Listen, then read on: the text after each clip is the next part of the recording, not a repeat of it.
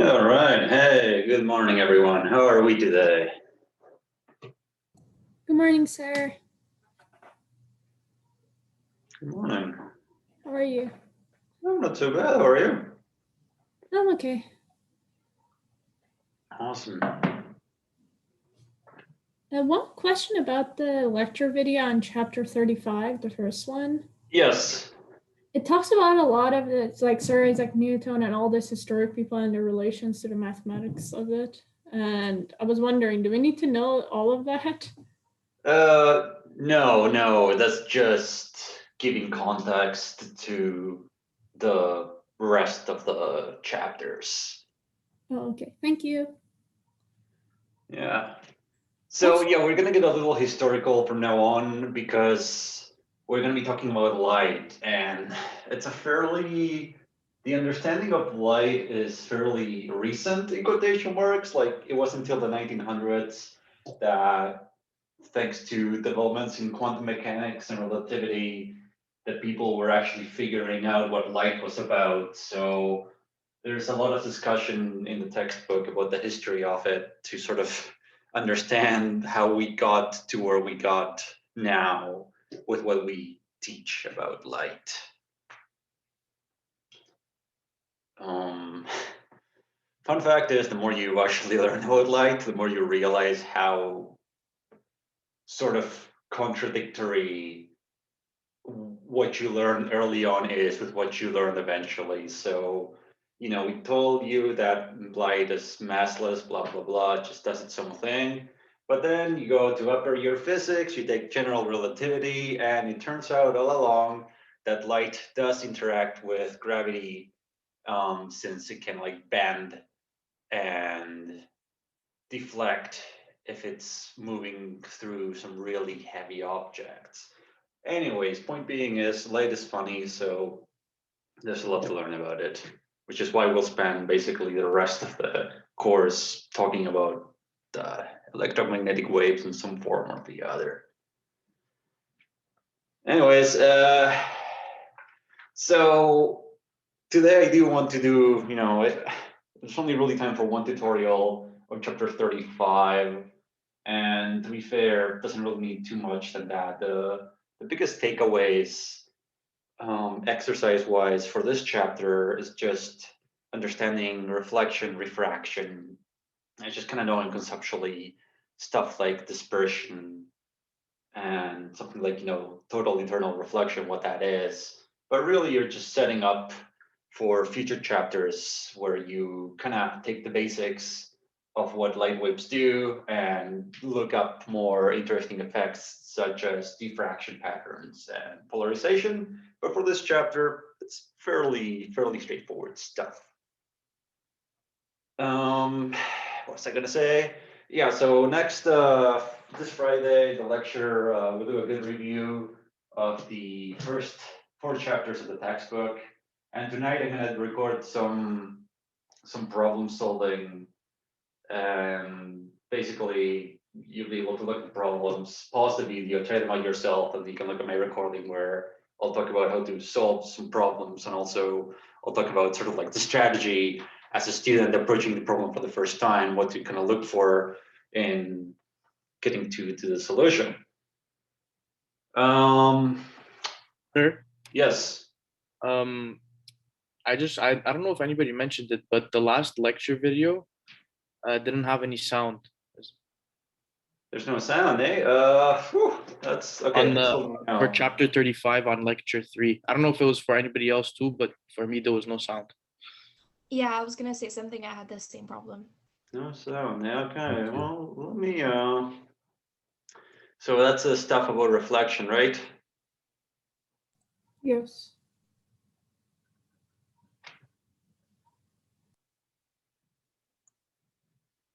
Hmm.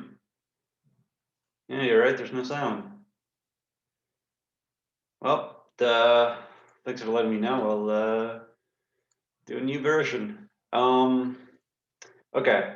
Yeah, thanks for letting me know. I don't know what happened there, but it'll get fixed.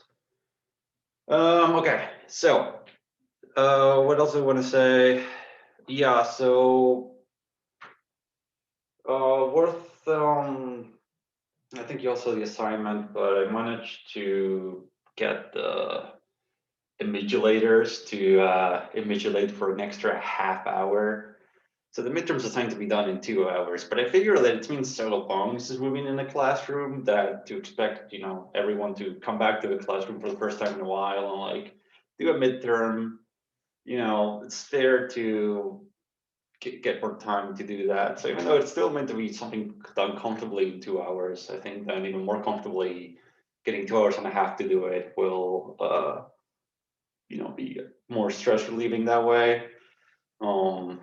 So if you're looking back at your 2 assignments to practice, if you can like get an assignment question done in like 15 minutes, then you're in pretty good shape to do the midterm, since there's only going to be like 6 questions, 6 long answer questions, each one about the length of an assignment question.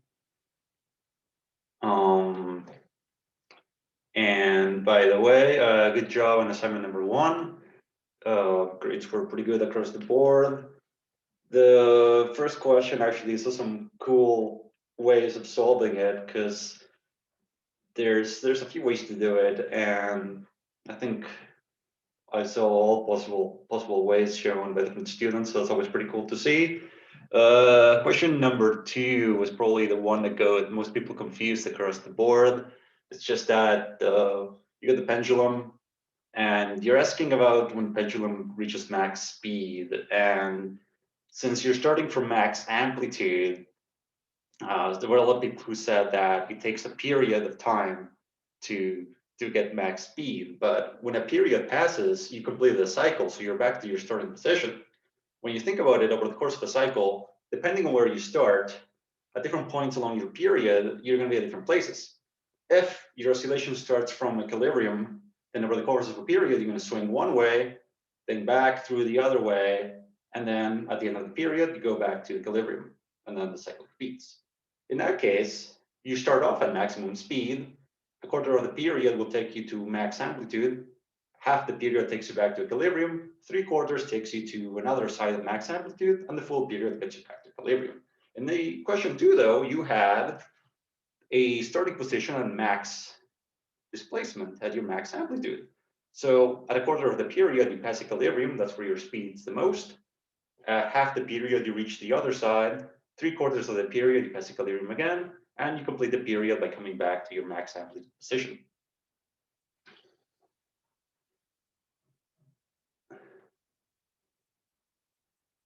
So I'm still tweaking the questions, but if you look at your first assignment and the second assignment, there's some topics that lend themselves to like long answer questions more so than others. So the biggest hint is that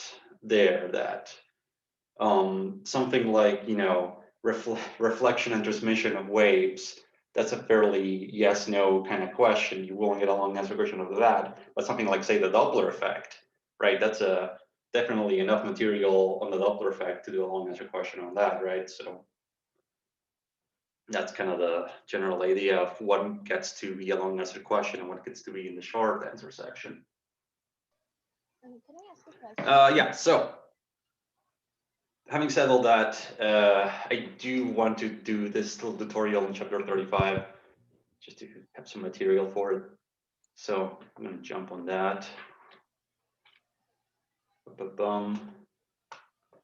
Can I ask a question about the midterm?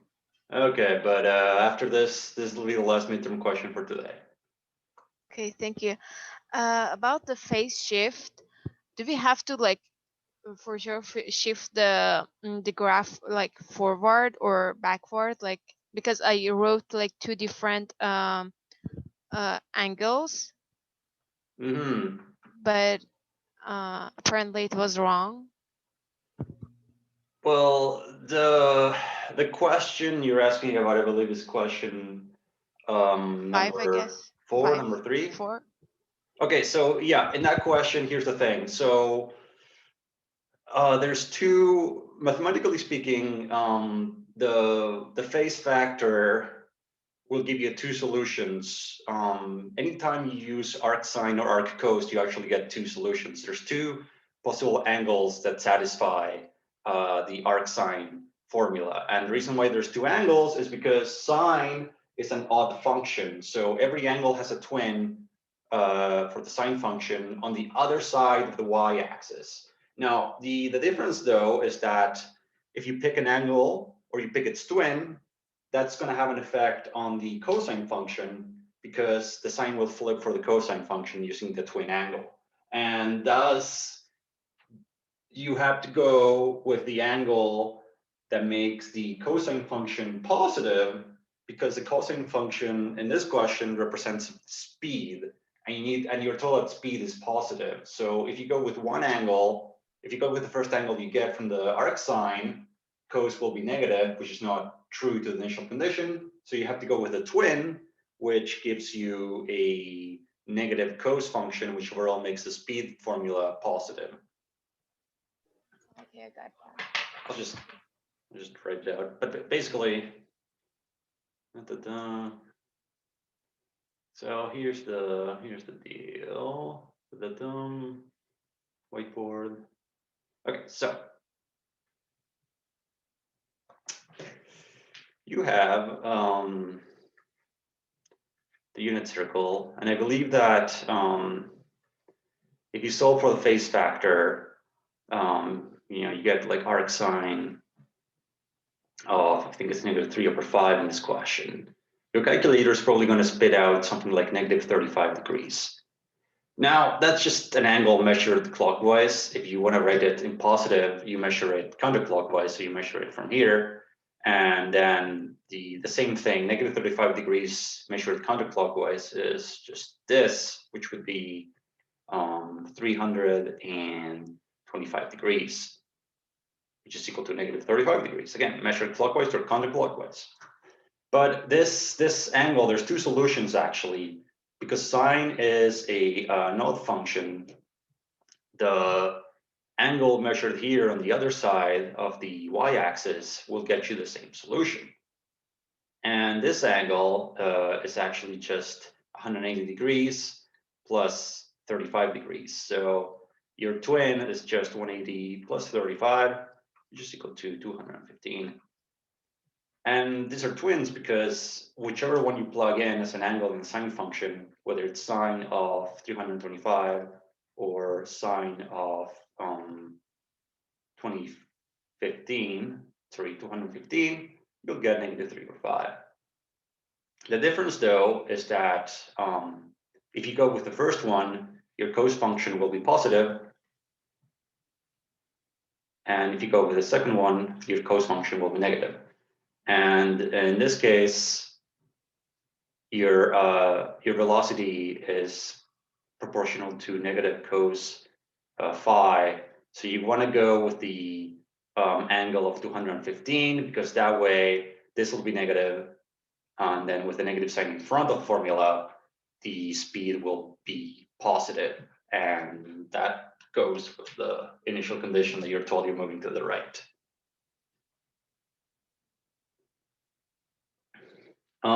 If this had been done with like a cos function, cos functions also have a twin, but their twin is on the other side of the x-axis. So if you get a solution for arccos like 1/2, you get 30 degrees.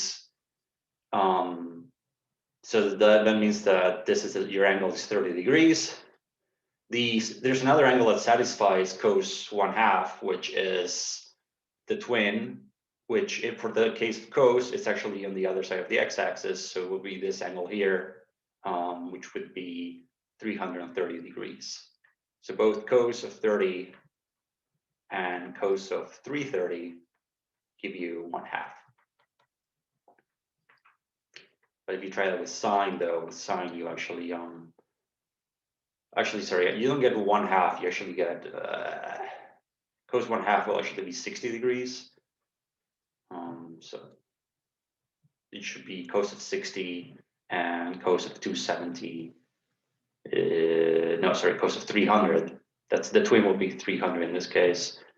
Anyways, point being is you have to pick one of the two solutions that will conform to the initial conditions of the problem.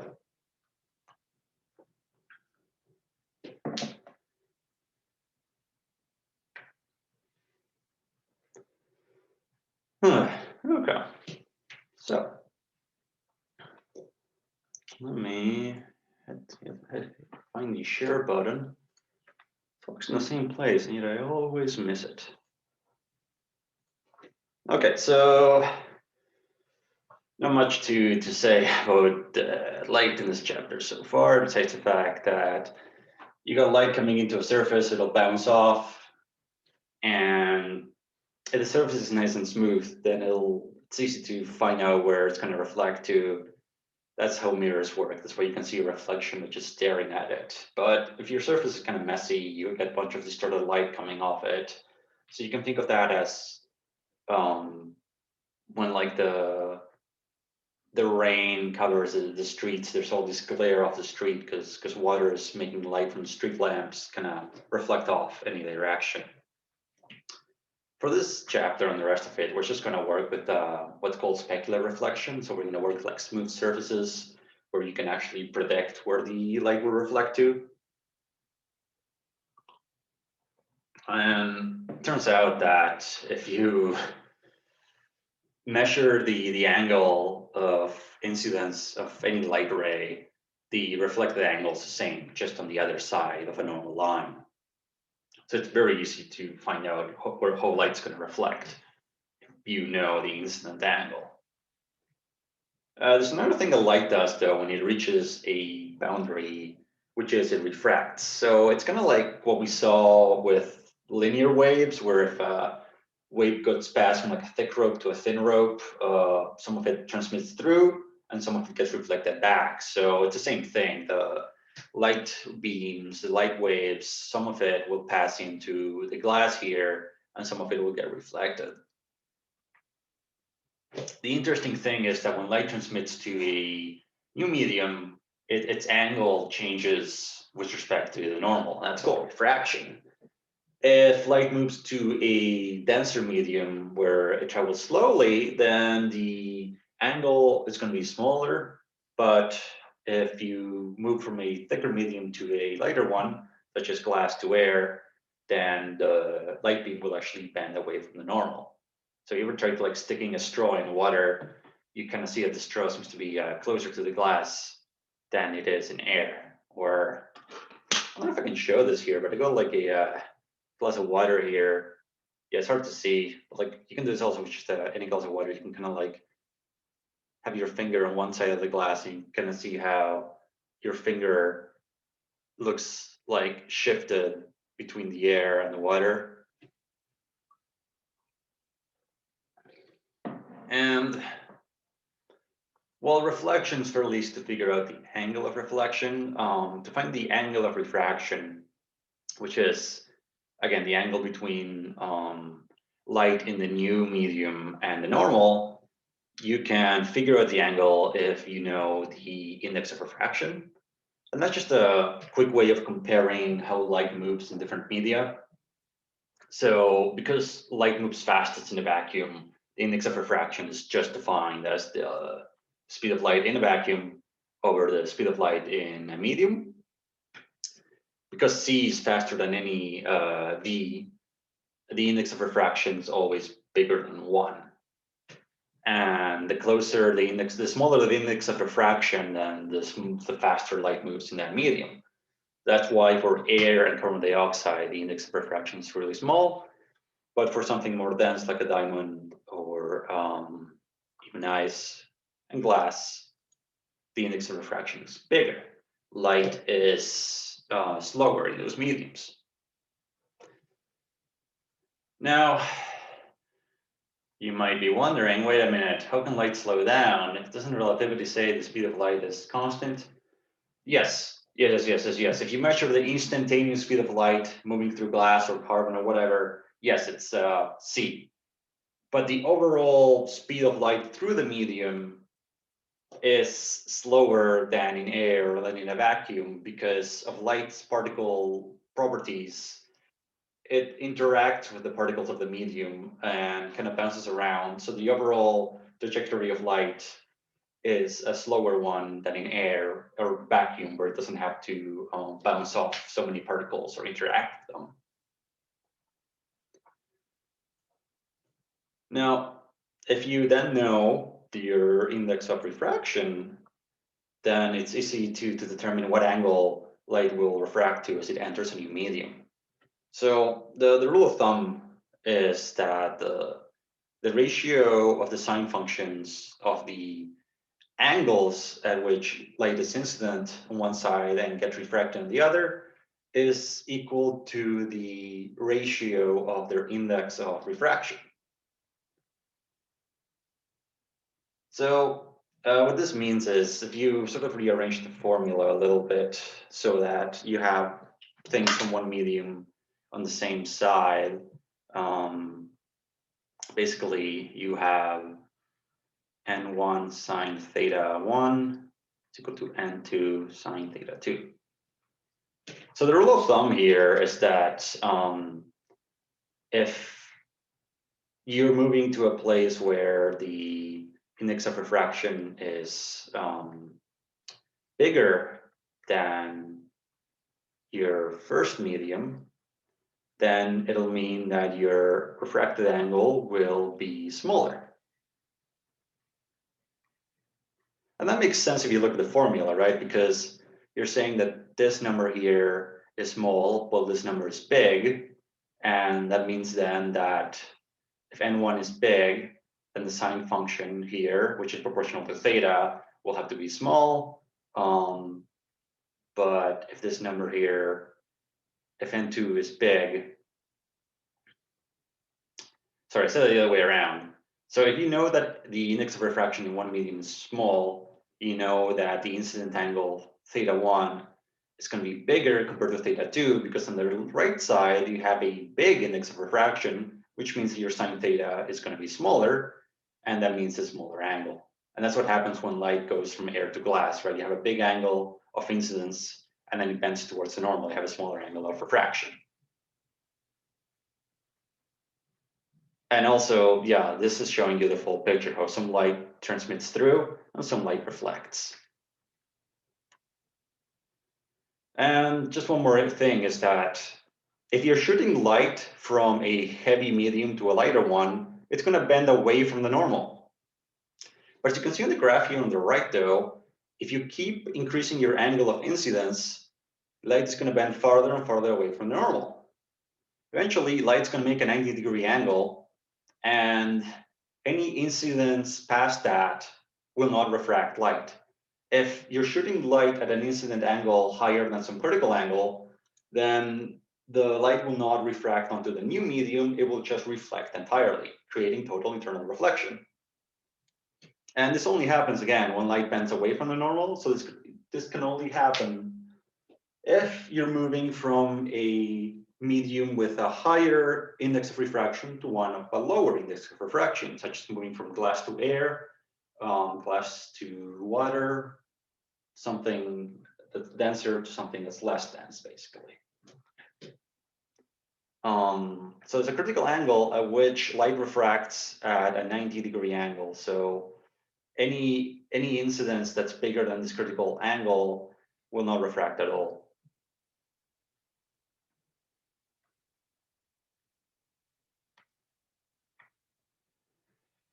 Anyways, so I want to do a few questions. The first one's talking about Fizeau's speed of light experiment. This is an experiment worth understanding, but the idea is that you are shooting light into a mirror and having it bounce back to you. And you set this experiment up yourself, so you know what the distance is between you and the mirror. So this is measured. And once again, zooms and letting me draw properly. Okay, there. So you know what this distance is, and historically, the distance between you and the mirror was really, really far, so that it was a lot easier to measure the speed of light. But in this case, it's really close. It's 10 meters apart. And the idea is that, yeah, light would just travel all the way here and all the way back, and sometime delta t, it'll reach you. So that means then that the speed of light must be equal to the total distance traveled, which in this case is just twice the distance, so 20 meters over some time, however long it took to get to you.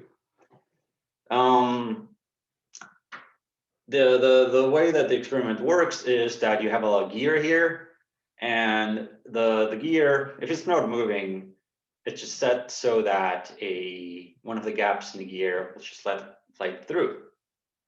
Now, if you start spinning the gear, it'll block the light, but light is still really fast. So if the gear is spinning slowly, light has enough time to make it to the mirror and back before the gear blocks it. If you spin it really fast, though, what's going to happen is light's going to shoot through, and by the time it comes back, the gear has spun so that now light hits the first tooth of the wheel, and it gets blocked. If you spin it even faster, light is going to bounce back towards the wheel, and it'll reach the wheel at a point where the second gap, where it encounters the second gap of the wheel, and it'll pass through to your eye. And then you can figure out how long that takes because you measured how fast the gear was spinning, so you can measure how long it took for the gear to move by a distance equal to one gap and get the speed of light from there. In this question, though, you're actually told that you're moving the gear fast enough that you're blocking the light on its way back. So that means that in the time that light moves to the mirror and reflects back, the gear has rotated, so now there's a tooth where there was once a gap. In other words, the gear has rotated by an angular distance equal to one tooth. A gear, if you mind the rough drawing of a gear, is alternating notches and teeth. So this gear here has 800 notches, and there's a tooth between all of them. Then there's 800 tooth and 800 notches. In other words, the gear is a circle split up into 1600 features. There's 800 notches and 800 tooth. And we know that we have spun the wheel fast enough that the wheel has moved by about one tooth or one notch.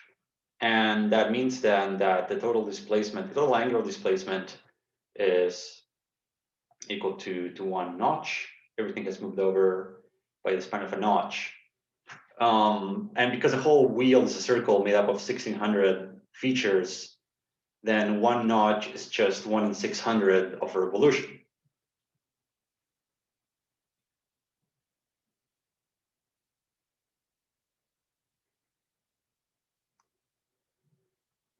We also know that the angular speed is 9,000 revolutions per second.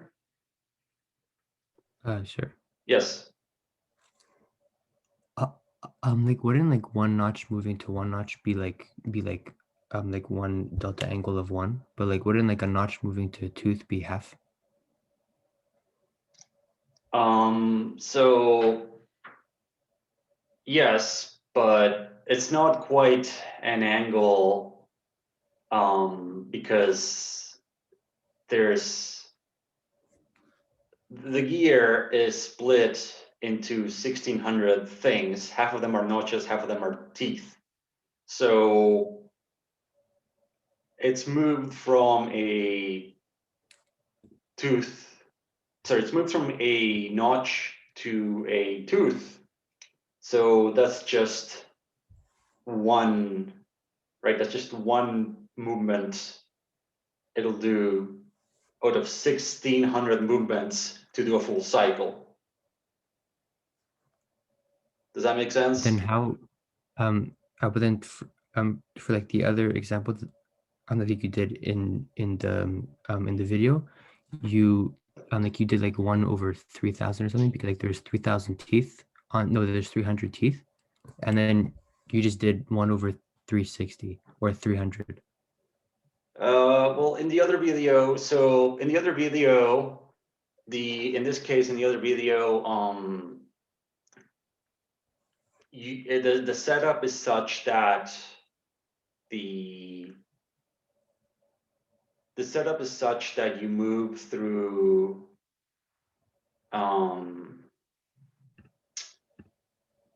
the setup is such that in the video, the setup is such that you move through an entire you move to, oh, I see why. Okay, no, it's basically because the textbook actually assumes that the way the textbook does it is that it assumes that that is not an even alternating space between the notches and the teeth, but rather it's all teeth and the notches are minimal. So the textbook is saying that in the example of the textbook, you move from one notch to another, and the space between two notches is one tooth. And you can think of the whole wheel as just being the teeth. So that's why in the case of the textbook, there's only 100, and there's only, you say that the angular revolution is just 1/300, basically saying that it just moves the span of one tooth. Okay, that's harder to say here. I'll just pull up the original. I'll just pull up the textbook example because it's hard for me to do this without showing it. But basically, the approach is, the answer doesn't really change. It's just how you think of the cog, whether you think it's like alternating notches and teeth, or whether you think it's all teeth. But it's still the same. It's still the same approach.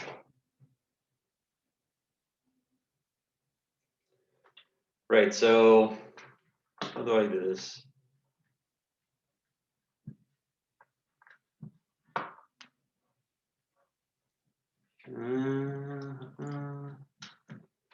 Be awesome if, why isn't Zoom just like show me the share screen button?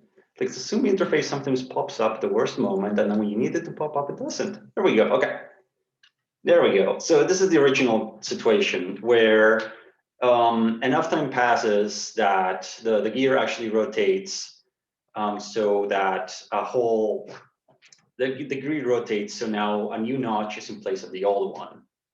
And if you think about that angular displacement in terms of a cog being just a circle of 360 things, then essentially the angular displacement is equal to just one tooth. And then the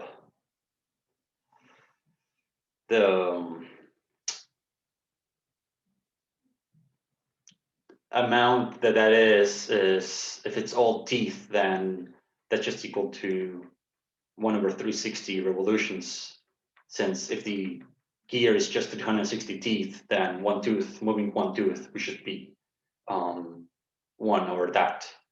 But in this example, we're basically saying that enough time has passed that actually tooth in position B moves to notch in position A. So from this perspective, then the angular displacement will actually be half a tooth. And the reason that is because, again, we're looking at the picture where like the notches take up no space, so it's just like teeth next to teeth.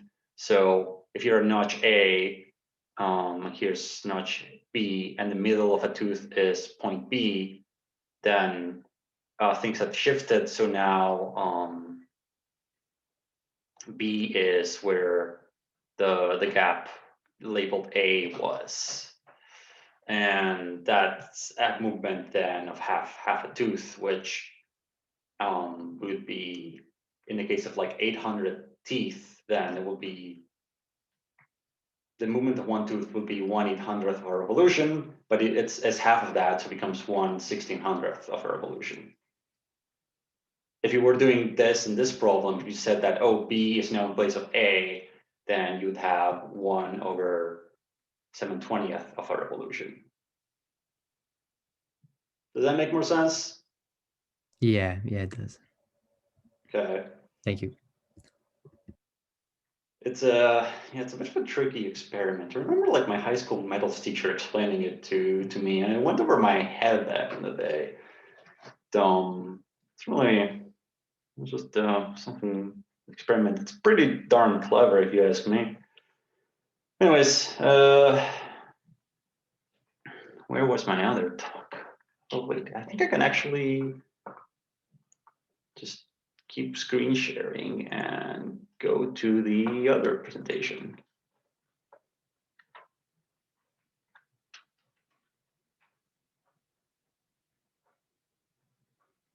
If it loads.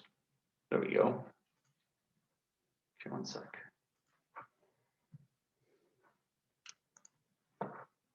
Boom, boom, boom.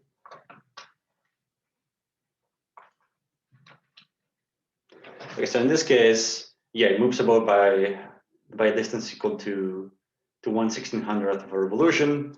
And what that means is that basically you know your displacement and you know your angular speed. So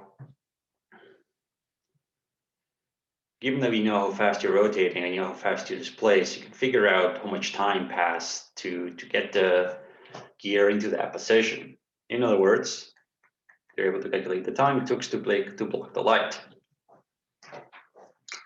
That's great because speed of light will be 2d over the time that passes, but that's related to the gear, and this is not drawn properly by the algebra.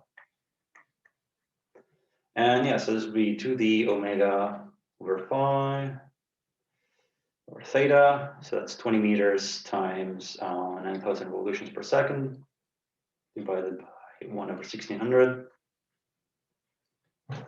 And what this should get you is around 2.8 times 10 to the 8 meters per second. It's a pretty good estimate of the speed of light. Note that in this example, the distance to the mirror was much shorter than the one that Fizeau did. So if D is smaller, you have to spin the gear much faster to get it into position in time, because the shorter the distance to the mirror is, the less time light needs to get it back to the wheel.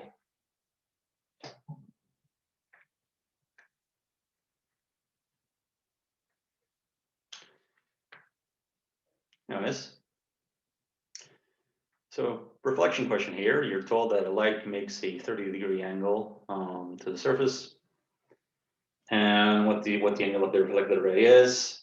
Well, this is a trick question because the angle it makes to the surface is not the reflected angle. The incident angle is the angle it makes to the normal. So the angle it makes to the surface is measured towards the surface, and that's 30 degrees. To the normal, there's a 90-degree angle from surface to normal. So that must mean that the incident angle is 90 degrees minus 30 degrees, which is equal to 60 degrees. And by the law of reflection, the reflected angle that we're looking for is equal to the incident angle.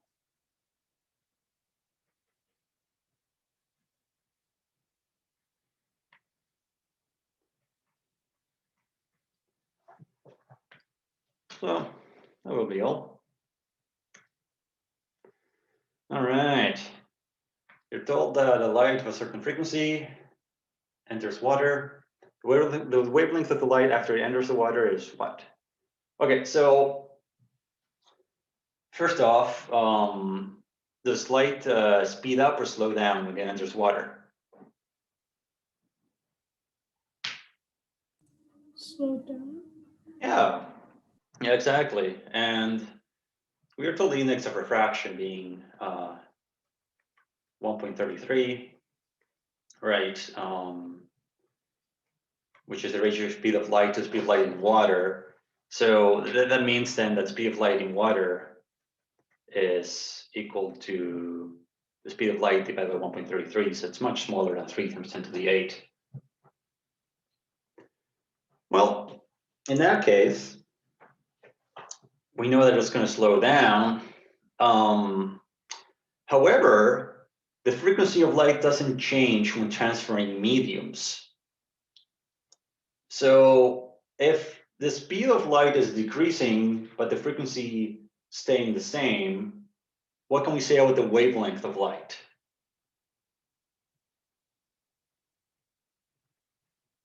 Will it increase or decrease?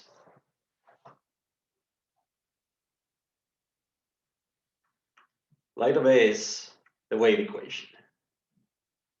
But if frequency stays the same, which is always true for when transferring mediums, and the speed of light becomes the speed of light in water, which is smaller, then the wavelength of light in water is also smaller.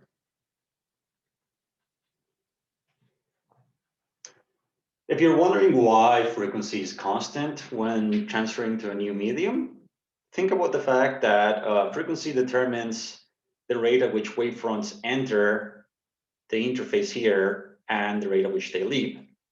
If the frequency was not constant, you will have more wavefronts approaching here at a faster rate than they leave the interface.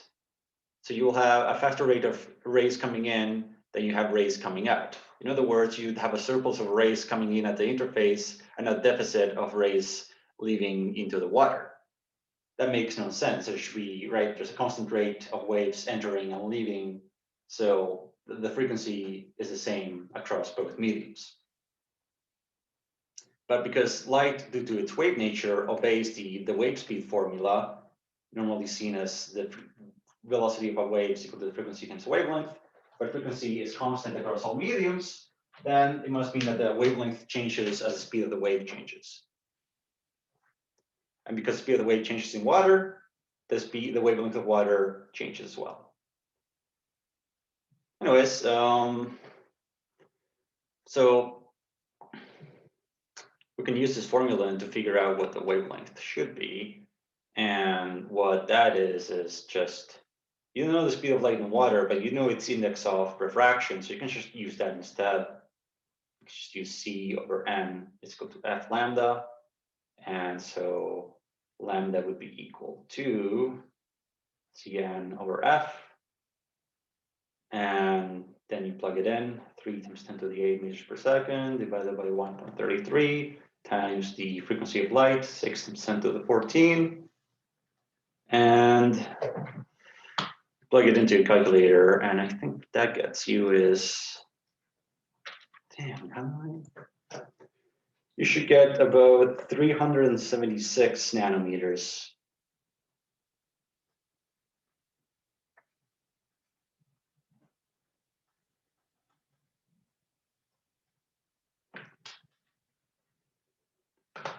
Yeah, I would love it if it's actually, there we go. Which is a smaller wavelength than it has in air. Okay, next question. So light goes from ethyl alcohol to carbon, and the first medium has a smaller index than the second medium.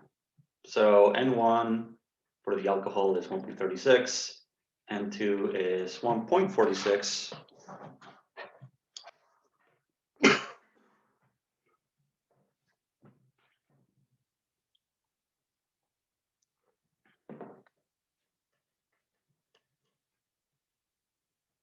So that tells you, right? Remember that the index of refraction is height over the speed, which means that the index of refraction is inversely proportional to the speed of light in the medium.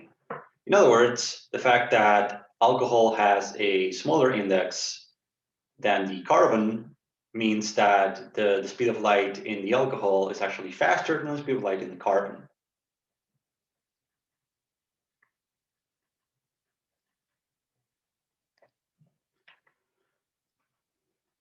In other words, before you plug anything in, you should expect then that the ratio of speed in carbon to the speed in alcohol should be less than 1. And trying to find this ratio here. You know the index of refraction, so you can just work with that, right? You can say that B2 is equal to the speed of light over the index of refraction for carbon. Same thing with the denominator. And knowing all that, you can actually cancel out speeds, and you actually get the ratio n1 over n2, which is 1.36 over 1.46, should be about 0.9. Makes sense. The indexes are not too far apart from each other, so it's about 90% speed.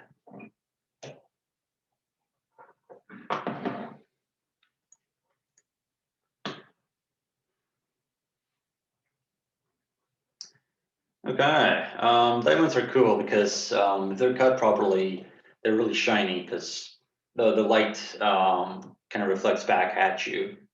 If they're cut poorly, though, light will just kind of refract away, and it won't get reflected back to you, so they won't look shiny. But of course, the better the cut, the more expensive they are because it's a diamond industry. So yeah, it's just told that light is being refracted through a diamond. You told the angle of incidence and the angle of refraction, actually. So I'm gonna draw a diamond. So light comes in, and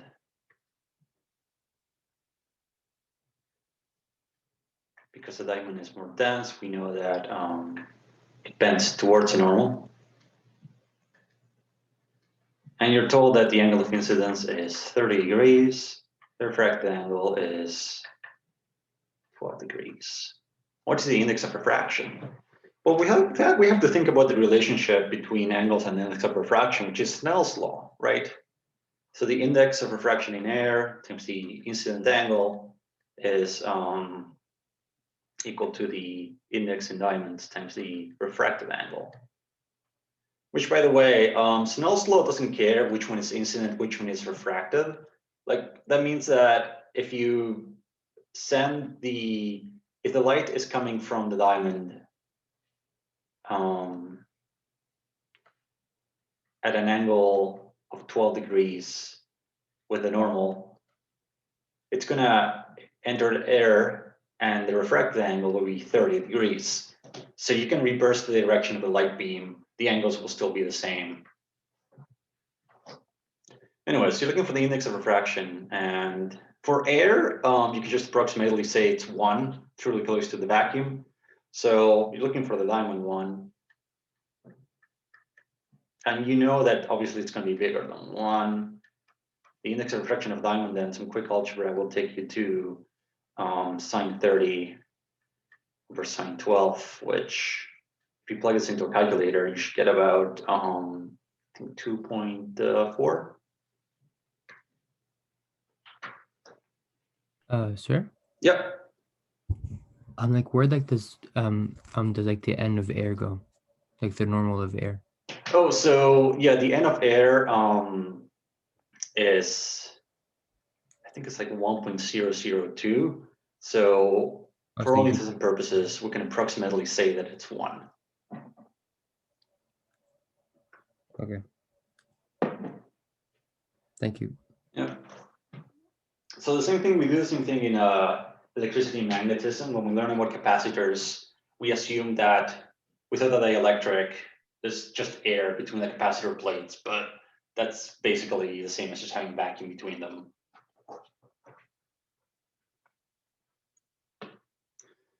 So here's 2 mirrors, making a corner together, and you're told that it hits one mirror and it bounces off to the second mirror, and you're asked to find, okay, what's the angle of reflection on the second mirror. So if I were to draw this this graph here from top-down view, right, just the 2 mirrors, what I'd get is, here is 1 mirror, and at a 90-degree angle, here's the other mirror.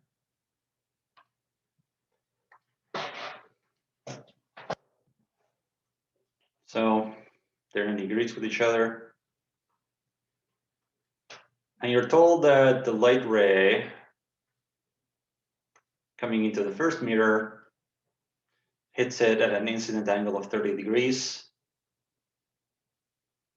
So, and then, law of reflection, it bounces to this mirror and then bounces back.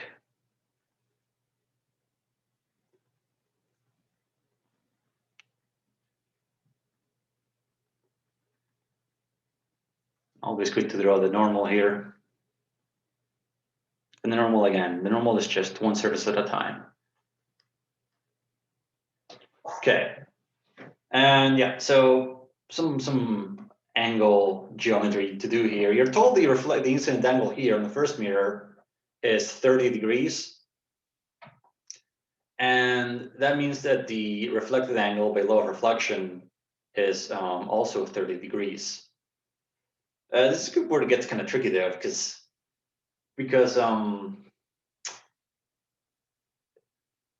this angle is 30 degrees, but if you look at the trajectory of the ray, it ends up being that the angle to the surface is 30 degrees and the angle to the normal in the second mirror is actually 60 degrees. If you don't believe me, note that the intersection of the two normals makes a 90-degree angle. So you have a 90-degree angle and a 30-degree angle, the remaining angle must be 60 degrees. And that's your incident angle on the second mirror, which means that the reflected angle for the second mirror is also 60 degrees.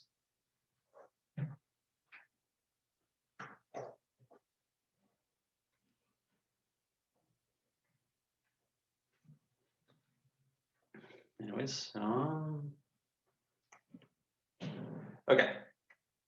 So I put this picture up here because I find it funny how intense a fishing video game artwork can be. It's like Ultimate Fishing Simulator, implying that every fishing simulator before this one was just a simulator, but this one's the ultimate one. Well, it's actually the ultimate two. So apparently the Ultimate Fishing Simulator wasn't ultimate enough. They had to make a second one. Anyways, there's a person on a boat, they see a fish in the water, and it's misleading because the light coming off the fish is refracted, it's bent. So you're not actually seeing the fish where the fish actually is.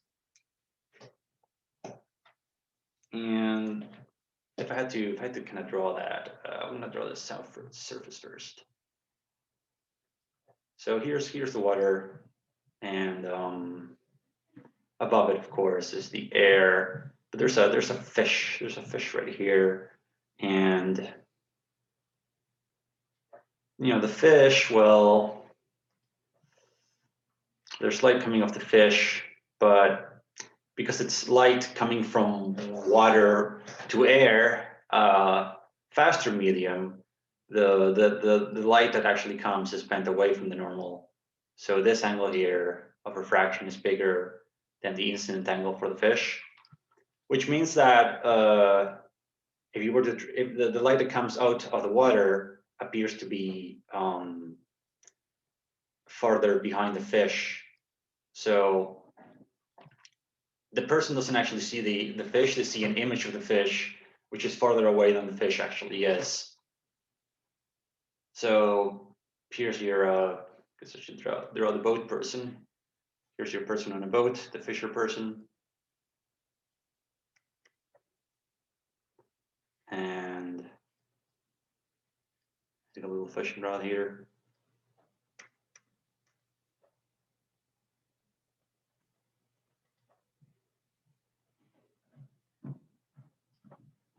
Anyways, so you're told that the light rays make an angle of 40 relative to the water's surface. And what that means is that that's telling you what the angle between the light ray and the surface. So it's actually this angle here. You're told it's 40 degrees. And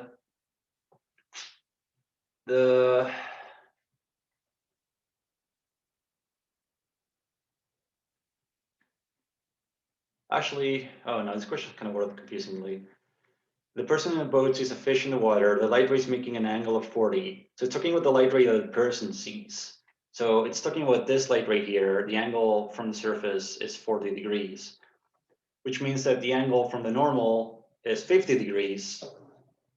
And you're actually asked to find the angle of the light ray coming off the fish with respect to the water surface. So you're actually looking for this angle. But you first have to figure out what their incident angle is, because you can use Snell's law to get the incident angle with the refracted angle in mind, since in this case sine of the refracted angle,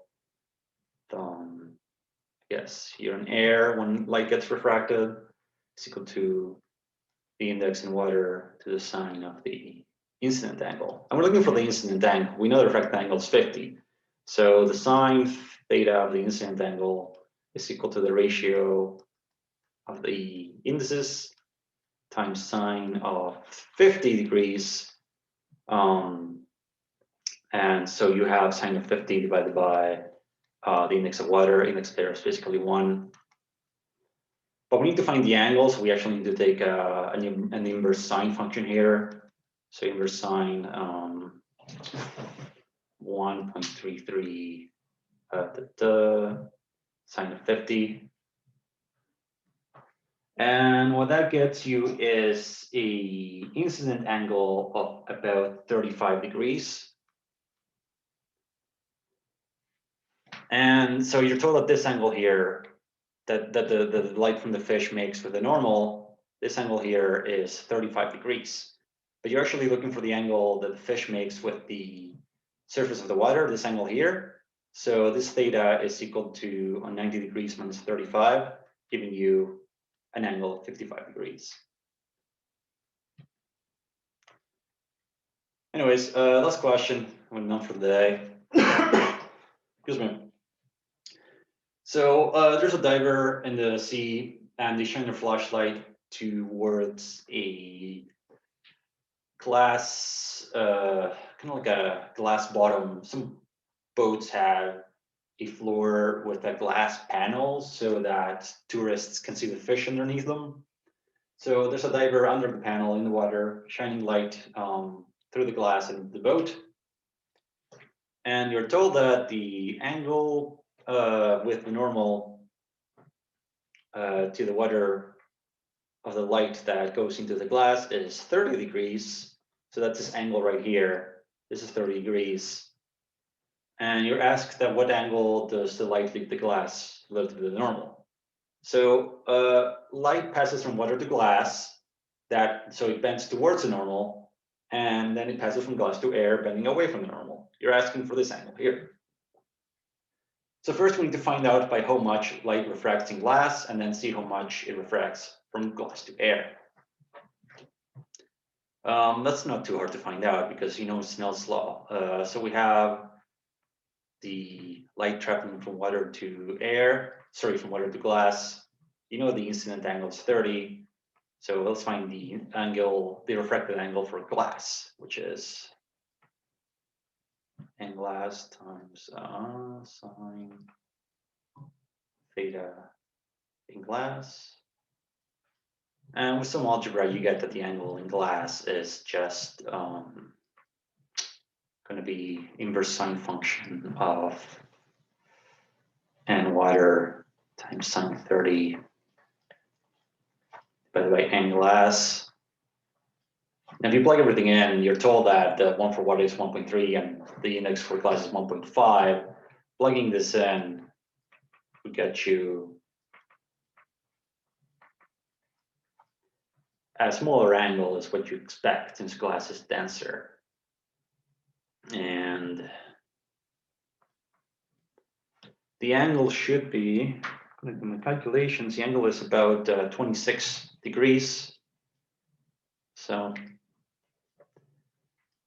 the angle here, the refracted angle is 26 degrees, which is equal to so the ray, right, refracts and goes to this interface here. The incident angle on this side is also 26 degrees.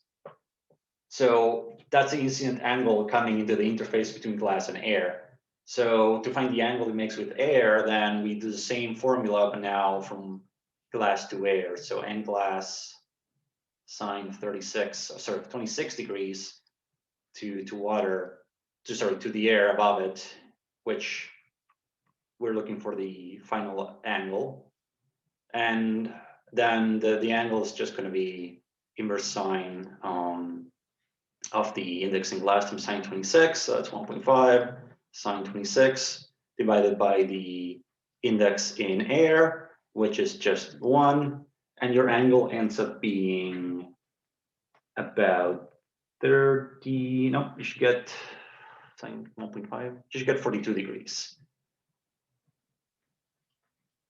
So the original angle in the water was 30 degrees, then it bent towards the normal, and then it bent away, which makes sense because from water to air, you're moving to a lighter medium, so you should get a bigger angle. Anyways, I think that's all the time we have for now. So, yeah, I'll record some problems from the waves chapters, and so for practice tonight, and Friday we'll go over the stuff we learned from there, and